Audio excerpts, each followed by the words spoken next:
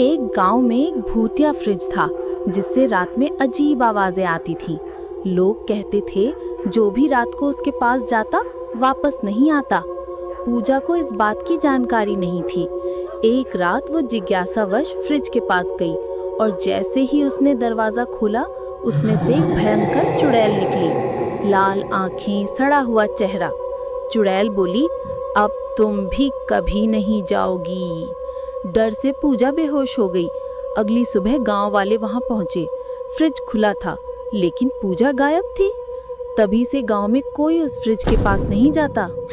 Video अच्छी लगी तो वीडियो को लाइक, चैनल को सब्सक्राइब कर लेना ऐसे ही मजेदार कहानी सुनने और देखने के लिए।